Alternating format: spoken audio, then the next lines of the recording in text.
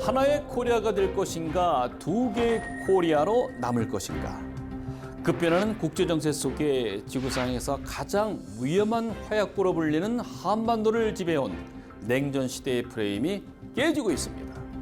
한반도 통일에 대한 주변 강대국의 입장도 자국의 이익에 따라 달라지고 있습니다. 오랜 분단의 세월은 남북한의 언어와 생활 풍속까지 서로 다르게 만들어버렸습니다. 그러다 보니 차이가 너무 커져버려서 통일은 불가능하다고 말하는 분들도 있죠. 가장 심각한 건 우리가 하나의 민족이라는 정체성이 사라지고 있다는 건데요.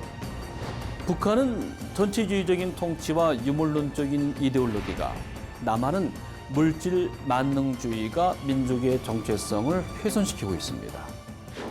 그렇다면 이런 문제들을 한꺼번에 해결할 수 있는 방법은 무엇일까요? 바로 통일입니다. 통일은 정부나 정치인들이 알아서 하는 것 아니야?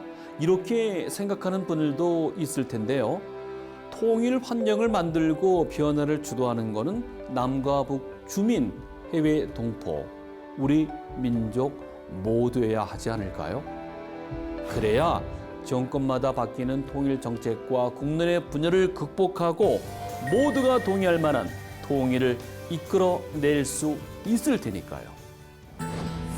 같은 붐의 핏줄을 이어받았지만 수십 년 동안 따로 떨어져 살면서 각자 다른 환경에서 살아온 형제가 어느 날 갑자기 준비도 없이 한 집에 살게 됐을 때를 상상해 보십시오. 생활 습관도 다르고 경제력도 다르고 세상을 바라보는 시각도 달라서 집안은 늘 바람 잘 날이 없을 겁니다. 그런데 아버지로부터 함께 물려받은 가훈이 있다면 어떻게 될까요? 이 형제가 가훈을 통해서 어떻게 함께 잘 살 것인가 하는 생각을 공유하는 것은 오랜 시간 동안 다른 체제 속에 살아온 남과 북이 통일 비전을 공유하는 것과 같습니다. 안타까운 사실은 통일을 말하고 있는 남과 북 어느 측도 어떤 나라를 만들 것인가는 구체적인 통일 비전을 제시하지 못하고 있다는 것입니다.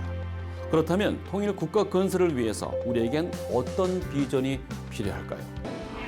분단된 한반도에 언젠가 통일이 실현된다면 반드시 새로운 통일 국가의 구체적인 모습에 대한 합의가 있어야 할 것입니다.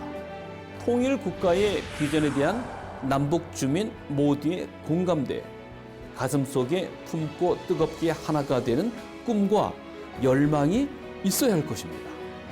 그런 합의가 없으면 공통의 기반도 공통의 목표도 없기 때문입니다. 그렇다면 성공적인 통일을 위한 우리 한반도의 통일 비전은 무엇이어야 할까요?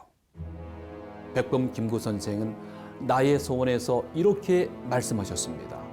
나는 우리나라가 높고 새로운 문화의 근원이 되고 목표가 되고 모범이 되기를 원한다. 그래서 진정한 세계 평화가 우리나라에서 우리나라로 말미암아 세계에 실현되기를 원한다. 홍익인간이라는 우리 국조 단군의 이상이 이것이라고 믿는다. 단군 신화의 뿌리를 둔 홍익인간 정신은 우리 민족 공통의 DNA로 5천 년의 역사를 이어왔습니다. 우리 민족의 정체성은 홍익인간 정신에서 온 것으로 이 정신이 우리 역사의 온갖 시련을 극복하게 했습니다. 홍익인간이 통일의 비전이 되어야 하는 이유인데요. 홍익인간의 정신으로 통일을 하면 새로운 국가는 어떤 모습이 될까요? 민권, 박애, 포용 정신을 바탕으로 한 국민을 대변하고 그 지지를 얻는 대의제 정부, 기업가 정신이 살아있는 도덕적 자유시장의 경제체제, 객관적이고 독립적인 언론이 있는 나라. 통일한국은 과거, 현재, 미래 그리고 동서양의 가장 좋은 점만 반영된 문명 국가입니다. 진리와 정의를 중심으로 인간을 이롭게 하는 도덕적 이상 국가가 완성되는 것입니다. 이러한 코리안 드림은 한반도의 통일에 대한 염원을 넘어서 우리의 건국 신화의 기원을 둔 한민족의 소명이라는 것입니다.